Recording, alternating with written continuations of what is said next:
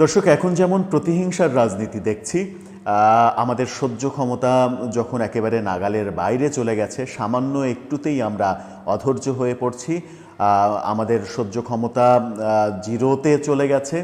সেই সময় একটি দারুণ ঘটনা ঘটেছে।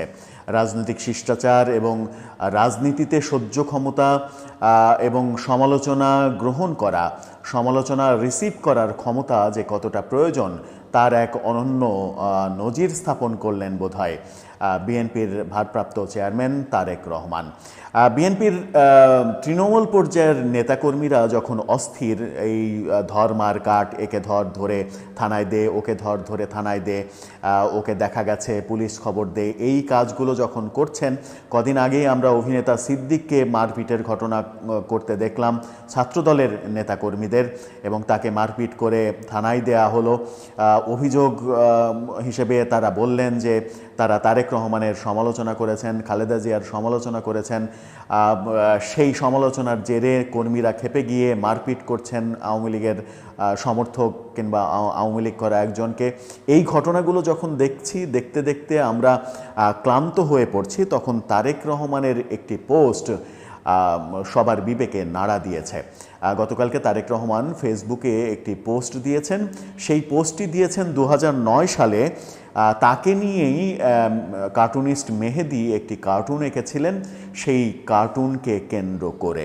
কি লিখলেন তারেক জিয়া, কি ইনফরমেশন দিতে চাইলেন মূলত, এখান থেকে আমাদের রাজনৈতিক শিষ্টাচারের কী বা শেখার আছে, সেই আলোচনাটা করব এই ভিডিওতে। থাকবেন পলিটিক্স টিভির নিয়মিত আয়োজনে।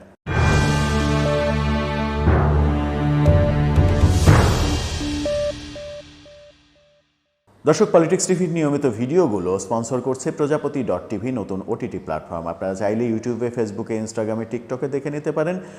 ডেসক্রিপশন বক্সে লিঙ্ক দেওয়া থাকবে, সেখান থেকে আপনারা দেখে নিতে পারেন প্রজাপতির কার্যক্রম। চলে যাচ্ছি মূল ভিডিওতে। বলছিলাম তারেক রহমানের কথা। 2009 সালে তাকে নিয়ে কার্টুনিস্ট মেহেদি একটা কার্টুন এঁকেছিল। কার্টুনটা আপনারা দেখে নেন। 2009 সালে বিএনপির কাউন্সিল উপলক্ষে এই কার্টুনটা আঁকা হয়েছিল, মা ছেলের কার্টুন।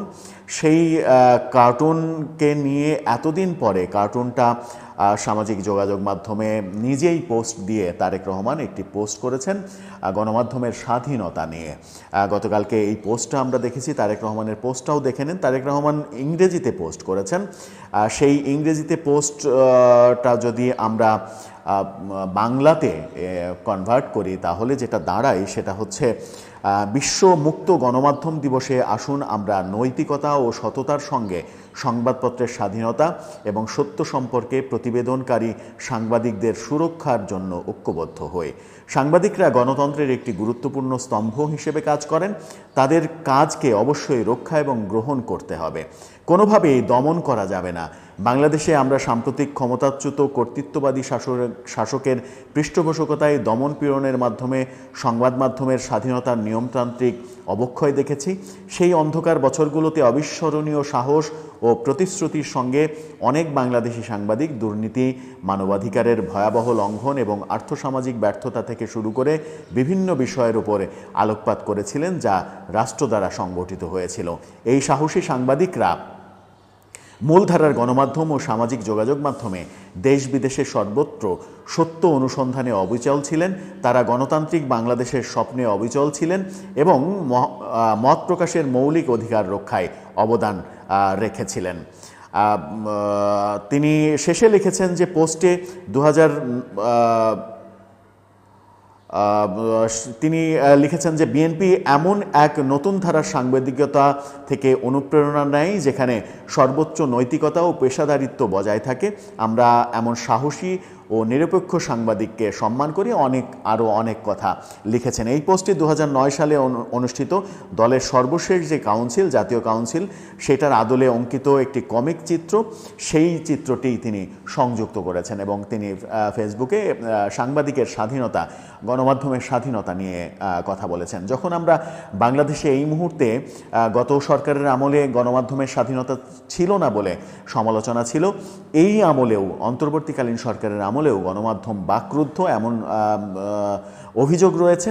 এবং খুবই সম্প্রতি আমরা সংস্কৃতি উপদেষ্টা তাকে প্রশ্ন করায় 4 জন সাংবাদিকের চাকরি যেতে দেখেছি এবং একটি টেলিভিশন চ্যানেলের নিউজ বন্ধ হয়ে যেতে দেখেছি। যদিও সংস্কৃতি উপদেষ্টা সেটা অস্বীকার করেছেন। অস্বীকার করলে কিছু যায় আসে না, কারণ এটা যে ওই ঘটনার পরেই একটা মব সৃষ্টি করার হুমকি দিয়েছিল ওই তথাকথিত একটি গোষ্ঠী, যে গোষ্ঠী অস্থিরতা তৈরি করতে চায়, মব তৈরি করতে চায় প্রতি মুহূর্তে, সেই মবের ভয়ে টেলিভিশন চ্যানেল, 3টি টেলিভিশন চ্যানেল এবং বাংলাদেশের সব থেকে পুরাতন 2টি টেলিভিশন চ্যানেল এটিএন এবং চ্যানেল আইও এর মধ্যে রয়েছে, দীপ্ত টেলিভিশনের নিউজ বন্ধ হয়ে গেছে। এই যে সাংবাদিকদের স্বাধীনতা হরণ করা, প্রশ্ন করলে সেই প্রশ্নটার ভুল ব্যাখ্যা দেয়া, ভুল ইনফরমেশন দিয়ে সাংবাদিককে আবার লেখাপড়া করার পরামর্শ দেয়া, নিজের স্ত্রী সম্পর্কে প্রশ্ন করলে সেই প্রশ্নের খুবই বাজে রিয়্যাক্ট করা, এই ব্যাপারগুলো, হ্যাঁ আপনি রিয়্যাক্ট করতেই পারেন, আপনি সাংবাদিকের সঙ্গে বাহাসে লিপ্ত হতে পারেন, কিন্তু যখন বলা হচ্ছে যে আমরা এটা করিনি, সরকার এটা করেনি, কিন্তু যারা মবের ভয় দেখালো, টেলিভিশন চ্যানেলে আক্রমণের হুমকি দিল, তখন সরকার কি ব্যবস্থা নিল? তখন তো সরকার কোনো ব্যবস্থাই নেয়নি, তখন সরকার তাদের বিরুদ্ধে কোনো পদক্ষেপ আমরা নিতে দেখিনি। সুতরাং এটা যে সরকারের পৃষ্ঠপোষকতাতেই হয়েছে এটা নিশ্চিতই বলা যায়। সেই রীতির বিপক্ষে এসে তারেক রহমানের এই পোস্টটা সকলের নজর কেড়েছে এবং সামাজিক যোগাযোগ মাধ্যমে অনেকেই তারেক রহমানকে অ্যাপ্রিসিয়েট করছেন। যদি রাজনীতি এরকম সহনশীল রাজনীতিই হয়, তারেক রহমানের সমালোচনা কে কবে করে রেখেছে তাই তাকে এখন ধরে মারতে হবে, জেলে দিতে হবে, প্রতিশোধ নিতে হবে, এই যে রাজনৈতিক কালচার, যদি সেটাই করেন তাহলে আজকে যারা মারছেন তাদেরও তো লিস্ট থাকবে, তাদের বিপক্ষে শক্তি যখন আবার ক্ষমতায় আসবে তখন আপনাদেরকেও মারবে। এই কালচারই কি চলতে থাকবে? এই কালচার চলতে থাকলে তো বাংলাদেশের সংস্কৃতি, বাংলাদেশের রাজনৈতিক সংস্কৃতি অন্ধকারের দিকে যাবে। সেখানে একটা আলোর বার্তা মনে হয় তারেক রহমানের এই পোস্টটা, যেটাকে সাধুবাদ জানাতেই হয়। দর্শক, আপনার কি মনে হয়? আপনার মতামত জানিয়ে লিখতে পারেন আমাদের কমেন্ট বক্সে।